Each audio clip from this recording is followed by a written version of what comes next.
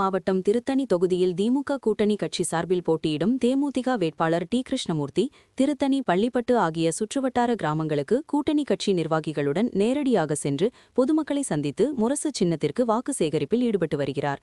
இந்த நிலையில் பள்ளிப்பட்டு பஜாரில் உள்ள மசூதியில் 100க்கும் மேற்பட்டோர் இஸ்லாமியர்கள் தொழுகையில் ஈடுபட்டனர்.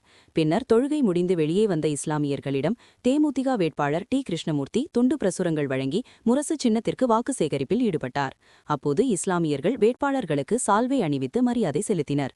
பிரச்சாரத்தில் காங்கிரஸ், விசிக, மதிமுக, கம்யூனிஸ்ட் உள்ளிட்ட கட்சி நிர்வாகிகளும் கலந்து கொண்டு முரசு சின்னத்திற்கு வாக்களிக்க வேண்டும் என்று இஸ்லாமியர்களிடம் கேட்டுக்கொண்டனர். செய்திகளை உடனுக்குடன் தெரிந்து கொள்ள லைக் பண்ணுங்க, ஷேர் பண்ணுங்க, சப்ஸ்கிரைப் பண்ணுங்க, மறக்காம கமெண்ட் பண்ணுங்க.